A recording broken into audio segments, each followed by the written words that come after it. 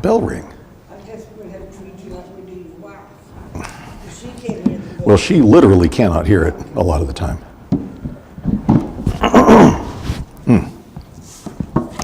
I've kept the same hairstyle for 20 years at least, and it's working so far. It seems like a change of hairstyle because I go so long in between getting it cut.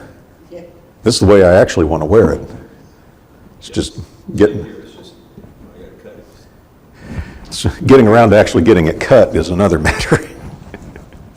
Well, good morning. Thanks for everybody for being here. Let's have a prayer before we start. Father, thank you for the beautiful day that you've given.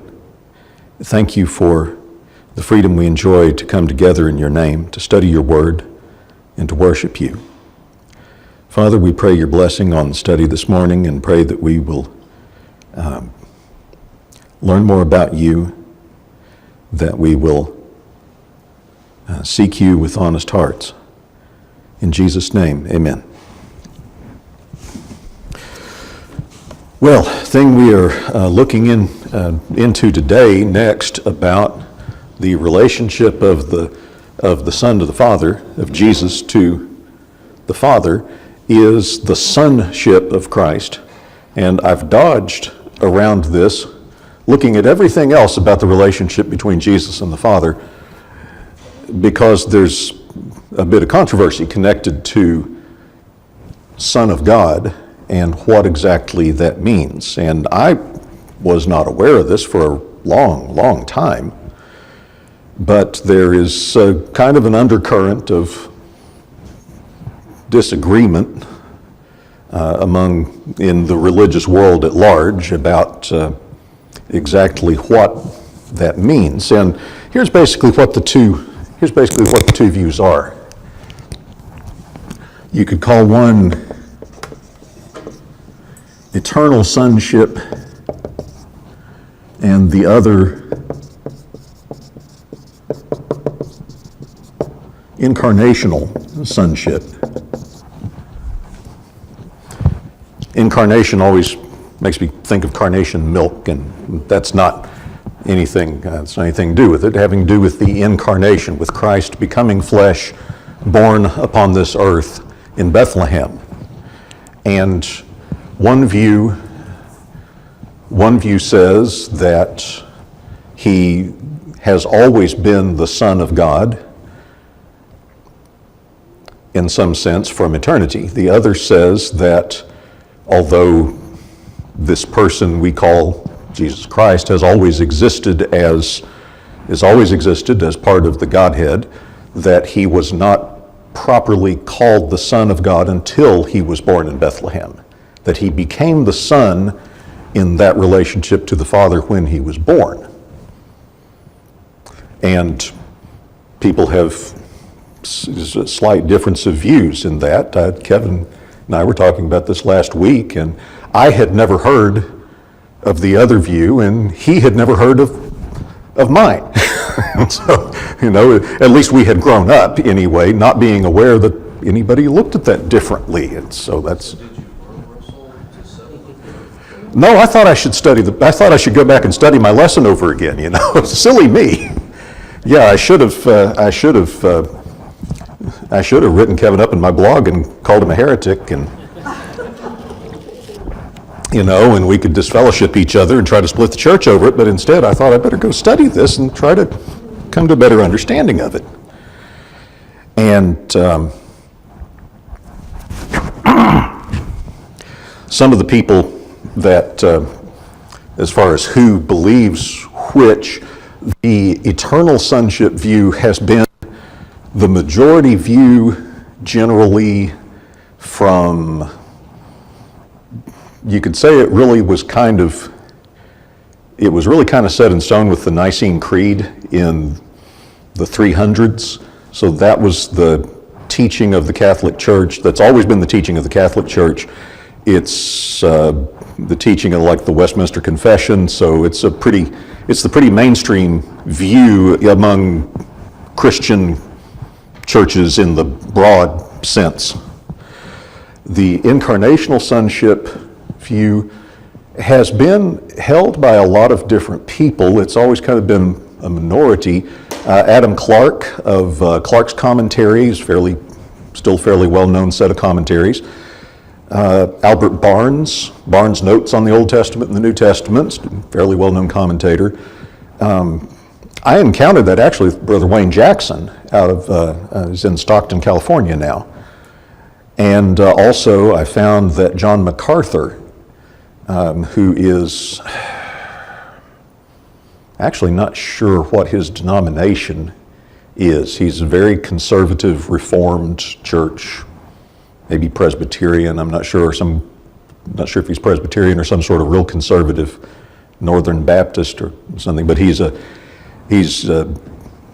very conservative Bible scholar associated with Calvinist churches, and he has actually kind of gone back and forth and been condemned and then welcomed back by others.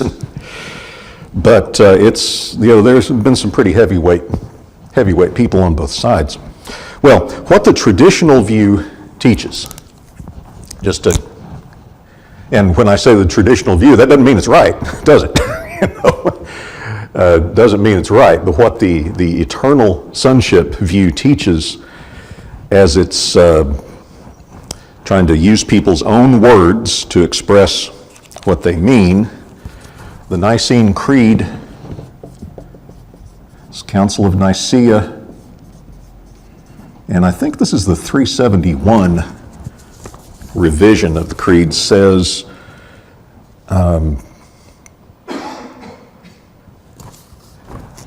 only begotten Son of God,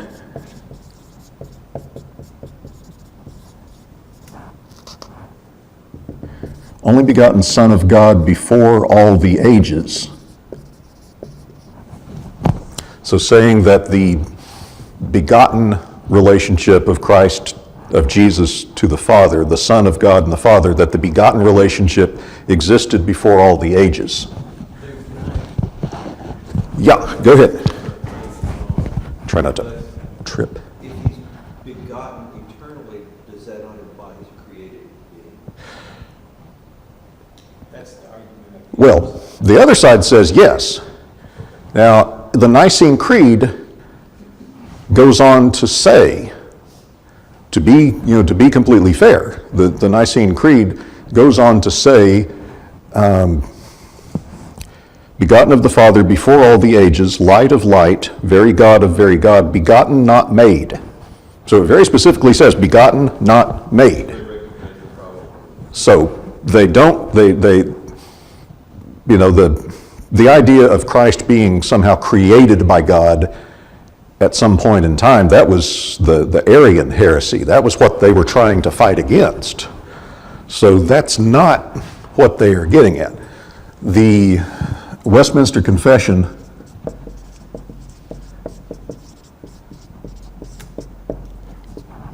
uses the phrase eternally begotten. And that probably sums up that view pretty well, that whatever this begotten means, that it's something that is part of the eternal nature of the Father and the Son. That the Son is somehow begotten of the Father. That's part of the relationship of those two from eternity. Now, what in the world that means, that's a good question. And what in the world do you mean by that? The scriptures that are offered as proof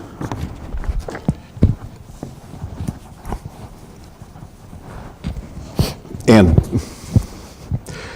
I want to make clear that, of course, and make sure I'm on the camera in case anybody watches this on video later. I want to make clear, of course, it doesn't matter what the Nicene Creed said, and it doesn't matter what John MacArthur or Brother Jackson said. It matters what the Bible teaches, and that's what we all want to come to a better understanding of. But I think it's helpful to see how people think about this and what they say. So scriptures that are offered as proof here, John 1:18.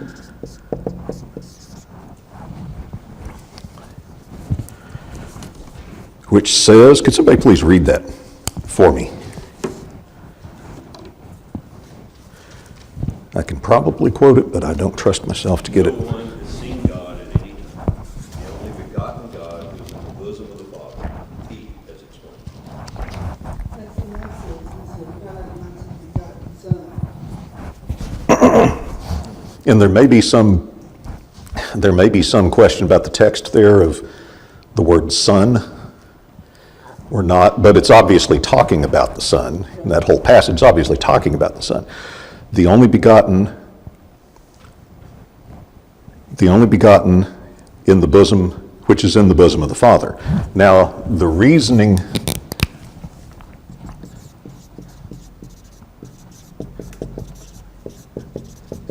there is that his relationship to the Father is in the bosom of the Father. He is the Son. Well, what's the bosom of in the bosom of the Father? Our best understanding of that maybe is from the parable of the rich man and Lazarus. When Lazarus is in the bosom of Abraham, he's represented as being in a place of fellowship with Abraham, being in heaven, being in the bosom of the Father, being in that close relationship with the Father, which only, obviously, the Father, Son, and Spirit enjoy a relationship closer than can be described. Then the reasoning here is that that's saying that he was the Son in the bosom of the Father, that that's part of his relationship to the Father, not a special circumstance of his being born upon this earth.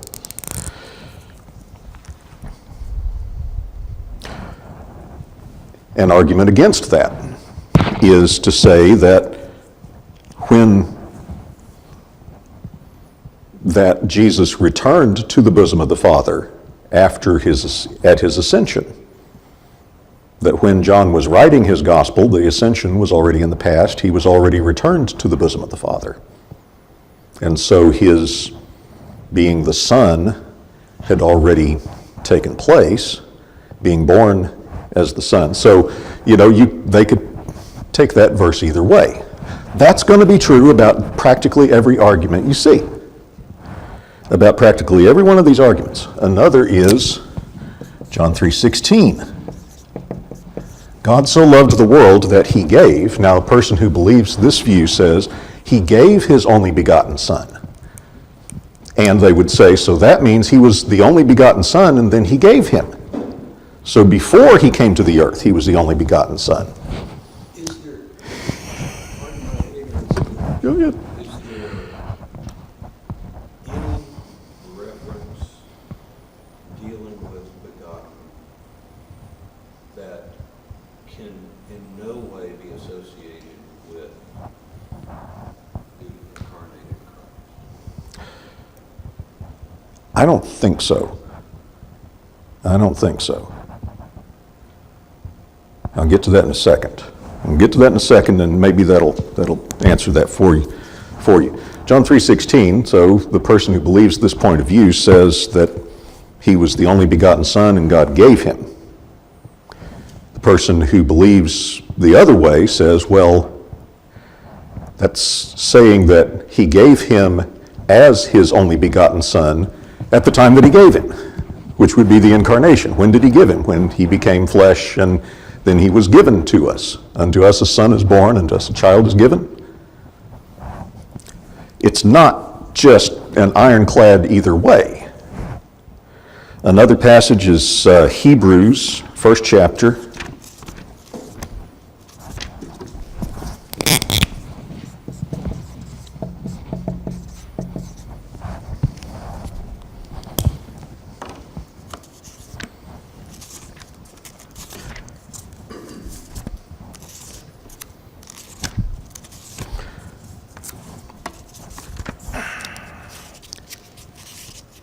Wouldn't think it'd take me so long to get to the first chapter of Hebrews. There it is. Hebrews chapter 1, 5 through 6. To which of the angels did God ever say, you are my son, today I have begotten you? Or again, I will be to him a father, and he shall be to me a son. Now that is quoting from second Psalm and verse 7.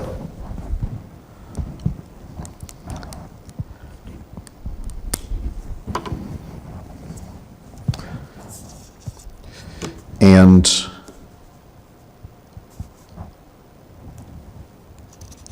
then, To me, that one seems probably one of the weakest of all, because, it injects time into Yeah. things. Today, I have begotten, not yesterday, not always, but today, and I will be to him a father, which necessarily implies I will be Yeah. always the father. And That seems to be an argument, on the other side. there's an argument against this being talking about some point in, well, it wouldn't be a point if it was in eternity. Help me, math. There's no point if it's infinite, right? There is no point. There is no point in time. We're talking about from infinity. The argument against that is, well, this is a real easy one in a way. Look at Acts 13 and verse 33, where the same thing, the same passage from Psalm 2 is referred to in a sermon by Paul. If someone please read that when you get there, I'm having trouble. Acts 13, verse 33. God has fulfilled this for their children, and that he has raised up Jesus, as it is also written in the second Psalm, "You are my son, today I have begotten you." So when Paul quotes Psalm 2, verse 7, he relates it to the resurrection. So it's not clearly talking, it's not just crystal clear that Psalm 2:7 is talking about sometime in eternity. It's quoted in a couple of different ways. And as far as what in the world is Paul talking about, how does God begetting Jesus have to do with the resurrection? There's, I think He's referred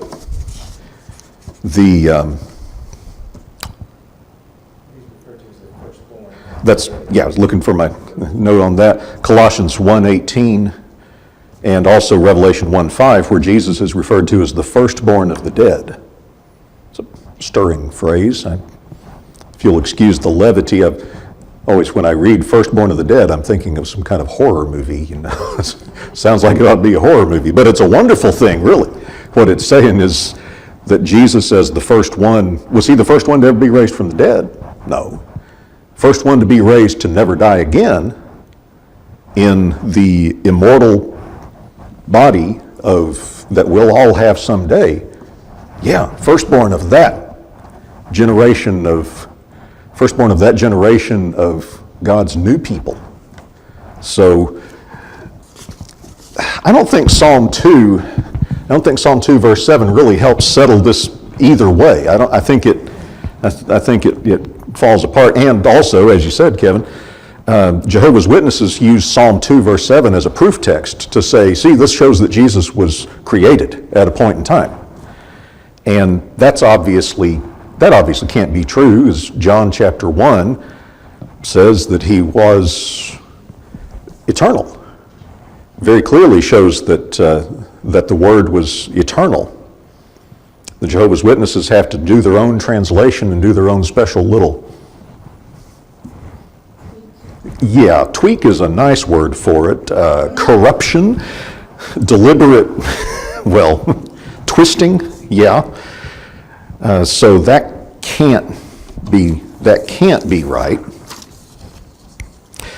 Let's see.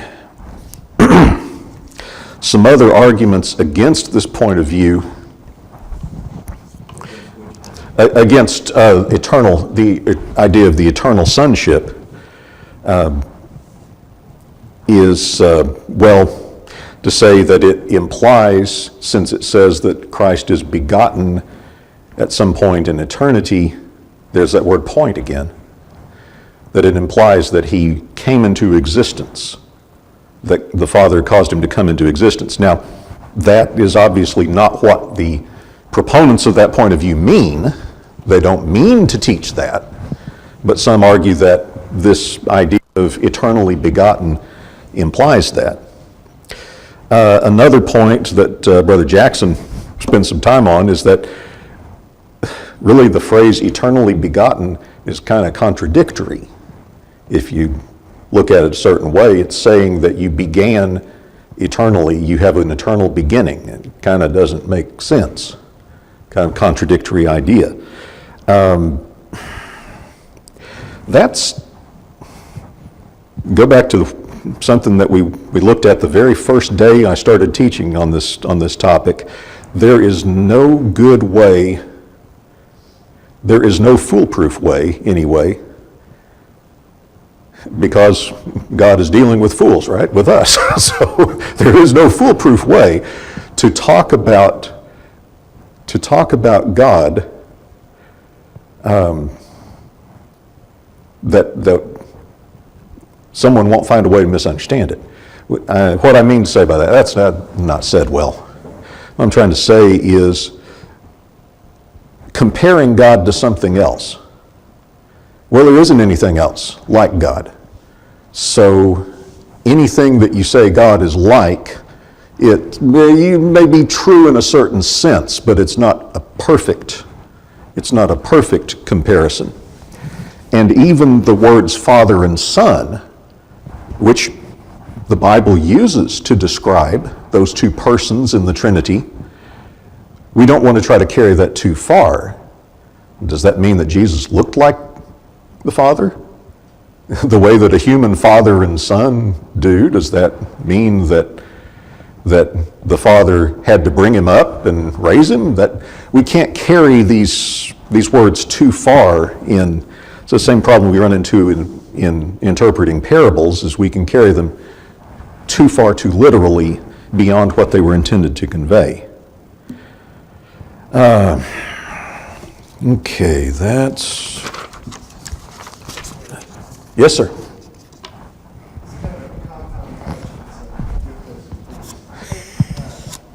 I know in the Old Testament, God is referred to using plural terms. Like us, man in our image. And I know that there's reference to the Spirit of God in the Old Testament. But would Old Testament Jews have had any concept of the Trinity? And if so, what would they have perceived the relationship between the Father and the Son to be if he was not the Son? Yeah.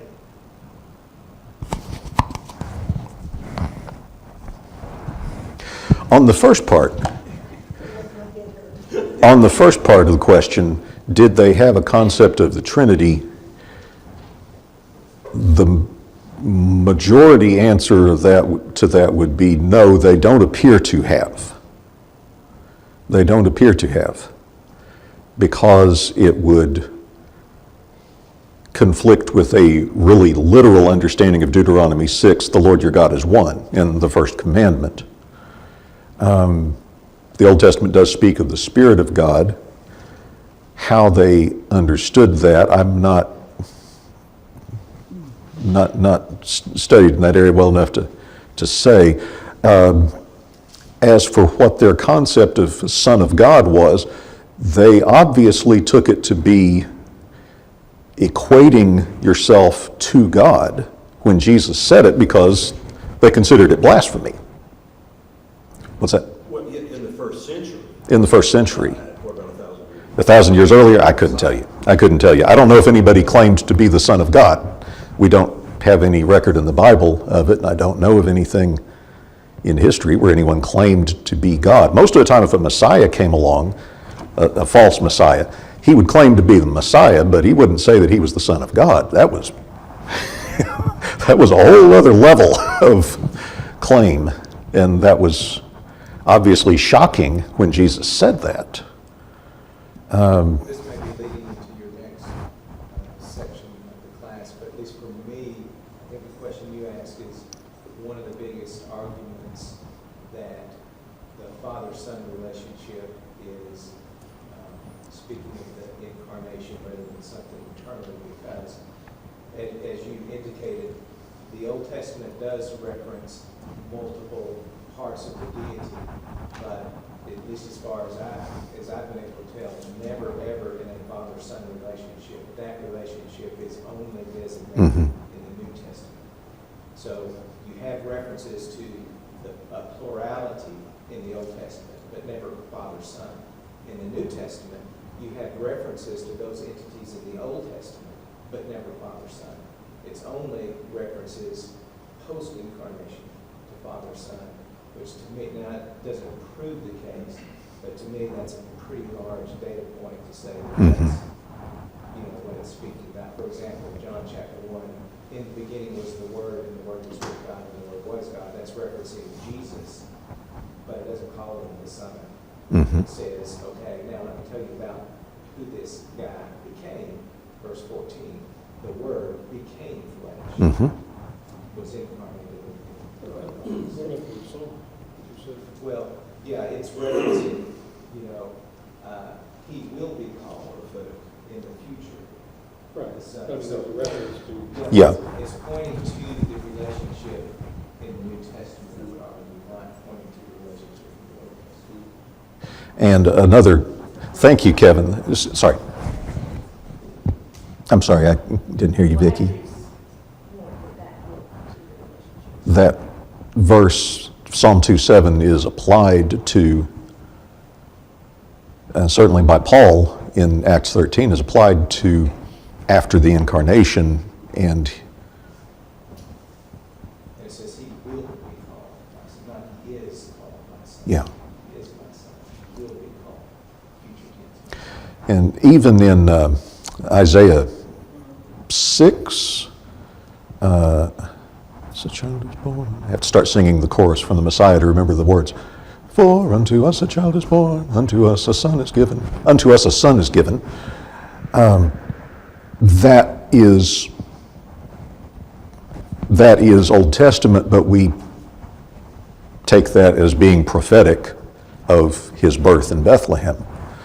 So, yeah, that's one of the strongest for the incarnational view, for the incarnational sonship view. That's one of the strongest points is that the claim in support of that is that, well, any reference to Jesus as the Son of God that you find in the Bible is talking about when he's born in Bethlehem or after. And I have a hard time arguing with that. I mean, I can't really argue with that. Appears to be true. Except Psalm 2:7, which, another thing about Psalm 2:7, we're talking about poetry, which is originally written to original context, maybe talking about King David as the metaphorical son of God, the favored one of God, then prophetically applied. So we're talking about poetry and prophecy at the same time, and something I don't want to try to get too literal in parsing that thing. I think David has his hand up first there. So, I'm not trying to argue in favor of either case. If Jesus became the Son of God through the incarnation, how do we describe his relationship to God the Father prior to that? I think we can still, and I don't think, we can still see that he is the Word, that he is the Logos from eternity, that he is the icon, the image, the radiance, the character of God described in Hebrews chapter 1, Colossians chapter 1. All those things still seem, to not be affected by that. Roger. Well, I'm trying to throw the Spirit in as well. Yeah, because there's not enough rabbits. I mean, two things. No, what do you got? One is the reference to Christ having fulfilled his work as the incarnate Son, now seated at the right hand of God. Mm-hmm. Which implies a relationship there. But When we talk about creating man in our own image, and we recognize three facets, I'm not sure the proper way of putting that, of God. We're discussing here a subordinate relationship, or the potential for a subordinate relationship, are we not? Possibly, that's a lot of the argument. Yeah. That's a lot of what the argument's about. Well, where does the Spirit fit in here? Do we have a hierarchy here, or do we have three facets of deity? Or is that too much for this? I don't buy the idea of a hierarchy in terms of nature or essence. I think in a functional sense, obviously, Jesus becoming the incarnate, obviously at that point, he emptied himself and he submitted his will to the Father in a way that obviously showed submission. But do these arguments really kind of go together? There's either a hierarchy or there is not. I kind of think they do, and I think, again, this is my opinion, that it's part of the whole thing. So Philippians chapter 2 talks about Christ being equal with God, but he empties himself. Not counting something we praise. Right. And this subordinate relationship, that subordinate relationship then is the father-son relationship, as we understand the father-son. Now, and we had this discussion, a few times back, that I think to me what is just really amazing is that there are a number of scriptures that seem to suggest when Christ was resurrected and seated at the right hand of God, that's still a subordinate relationship. And part of what he gave up eternally was the equality. Mhm. And so when you go to First Paul very clearly says, God, Christ, man. And there's a number of other passages that really lay out specifically. So where's the Spirit? Let's leave that for another day.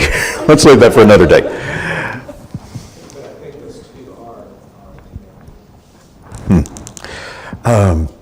One more verse to put in here that we haven't talked about yet is Luke, which usually has a K there.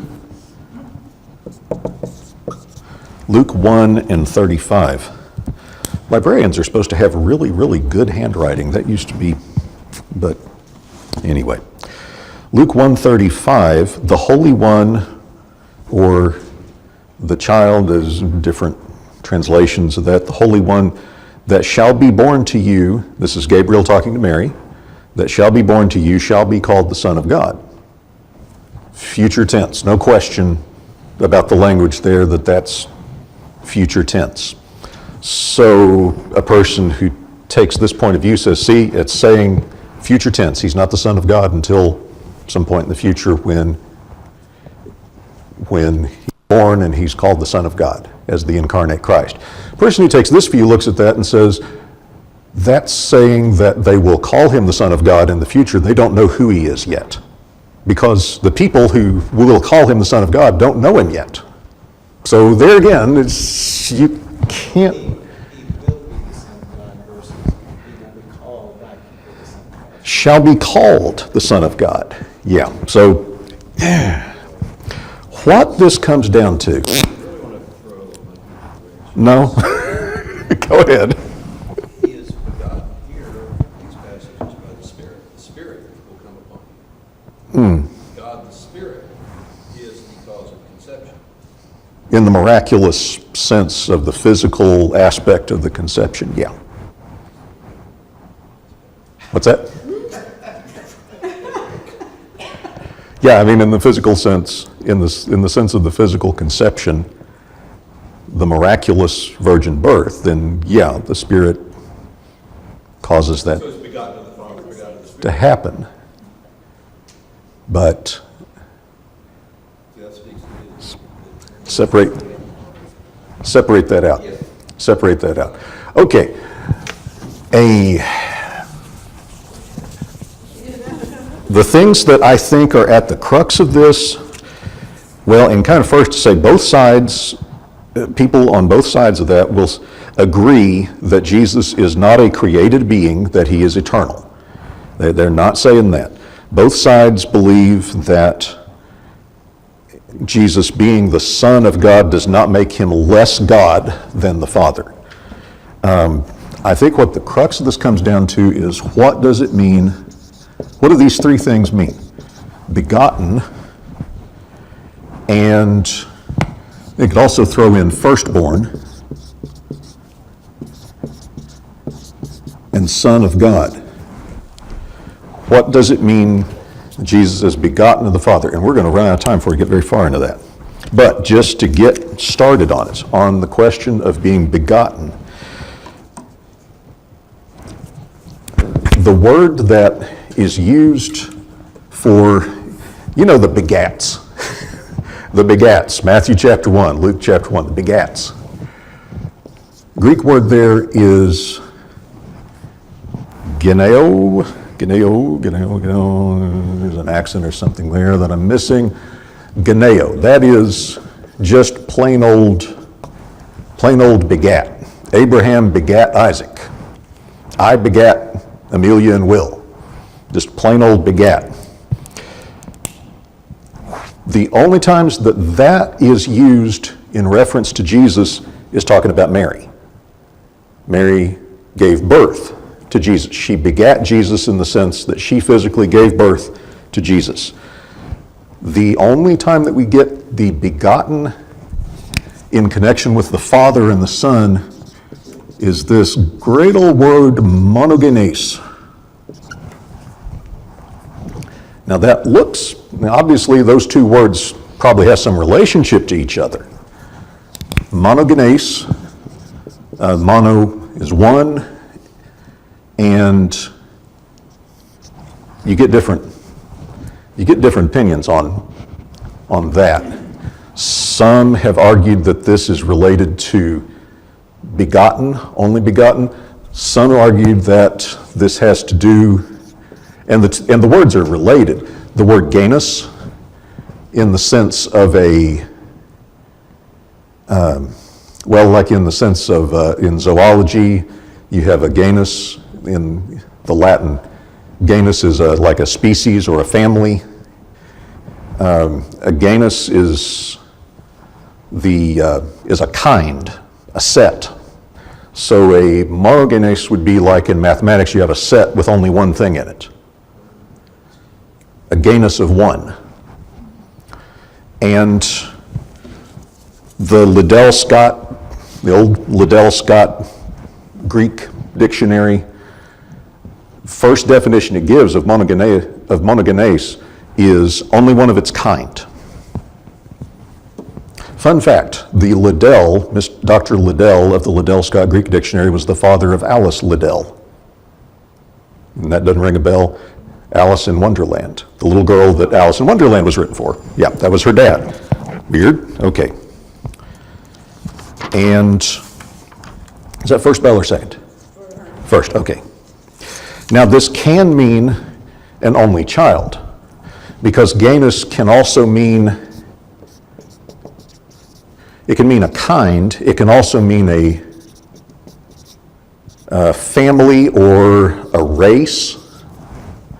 That's where we get it in, we get that carrying over into zoology and whatever is with plants. I can't remember. Classification of plants.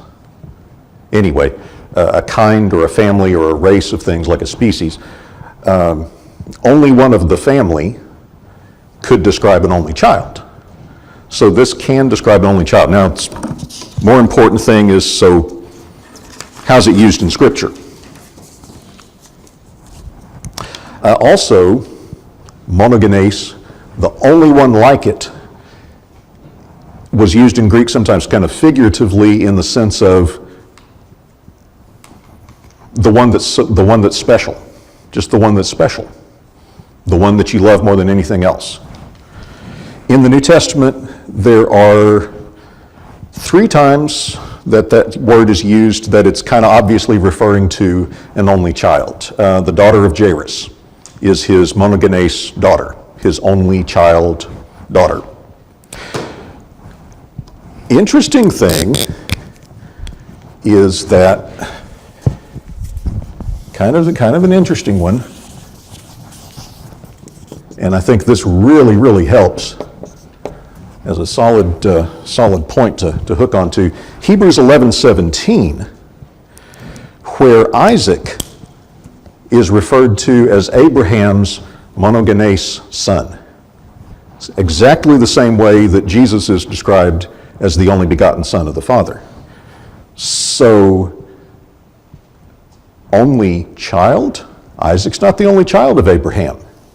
Who else you got? You got Ishmael, and then Abraham married again, and he had other children by his second wife. So, monogenes does not, at least that time, it does not literally mean my only child. But it meant, in the case of Isaac, it meant the child through whom the promises came. The one-of-a-kind child, the one who was special. It didn't mean he was the only one born. So that's a time where the New Testament uses it in that other sense of being special, the only one like it. And then there's 5 other times that this word is used, and they're all referring to Christ as the only begotten, the monogenes Son of God. And they're all used by John in either 1 John or the Gospel of John. Some other places where this is used, just for what it's worth, in Josephus, who lived around the same, Jewish man living around the same time. He uses this in talking about Isaac as the only begotten son of Abraham. And he uses it talking about the daughter of Jephthah, which was, the obvious meaning there seems to be that she was Jephthah's only child. And then there's another place where Josephus uses only begotten to talk about the child who was the firstborn, who got the inheritance, even though there were other children. So contemporary people were using that the same way. In the Septuagint, the Greek translation of the Old Testament, which was what Jesus and the apostles and all were familiar with in their day, it's also used in the Psalms a few times. Psalm 22, 20, 35:17, asking God to deliver my monogenes soul. So deliver my only begotten soul? That doesn't make sense, really. Deliver my only one-of-a-kind soul, only one I got. Deliver my life, it's the only one I've got. So the meaning of only begotten son in connection with Jesus, my conclusion from that is that this is describing Jesus as the one who is the Son of God in a unique way, that he is unique, one of a kind, not necessarily anything to do with being begotten, but rather that he's the one of the kind Son of God. We could all say we're all children of God, right? We're all children of God. The Old Testament talks about the sons of God as the angels, but Jesus is the Son of God who is totally different, totally unique, one of a kind.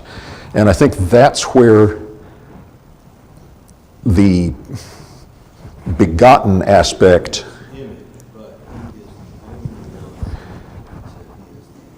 the exact image of God, right, which is what Colossians 1 is getting at. Thank you, and we'll get back to it later. Thank you, David.